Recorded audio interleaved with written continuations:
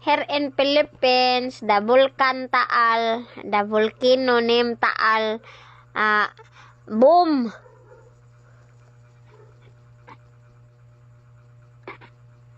Boom? Yeah, boom. And it is What's boom? volcan.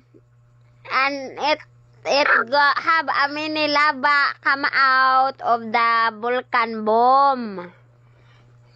Oh, a volcano. Yeah, a volcano. Where's the volcano at? And where is that? I forget where is that Taal volcano, my tummy. But Buti pa yung katawan ko, mataba. wow. Yung wallet ko, malnourished. TikTok daw ako ng TikTok, wala naman ako mararating. Ikaw nga, hindi na TikTok, wala rin narating ah. Alanganin, bakit sabi mas mukha ka pang lalaki kesa sa akin? Hindi ko maipaliwanag ang lahat. Marahil ikaw ang laging Anong sabi mo, beauty rest? Be, 15 hours na akong tulog, pero yung itsura ko, ganito pa rin. Ano, wala na akong karapatang gumanda? Laging ganito? Sa mga nagsabing pangit ang ugali ko, pangit daw na mukha nyo, sabi ng ugali ko.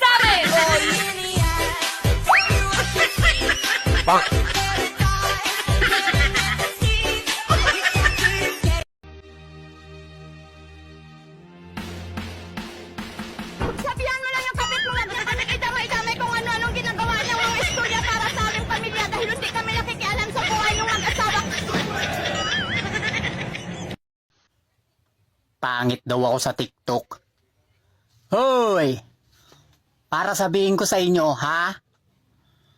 Pangit din ako sa personal.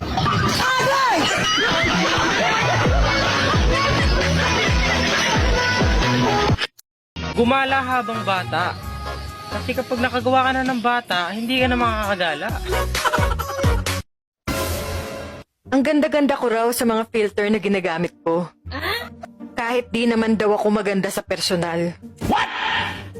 Kasalanan ko ba yun? Hindi ka tinatabla ng filter? Inarot, pusong malambot, yung tipong bumabanat sabay, sabing charot. Naranasan mo na ba? Chinat ka ng iba, sobrang tindi ng mga banat, yung kinikilig ka na.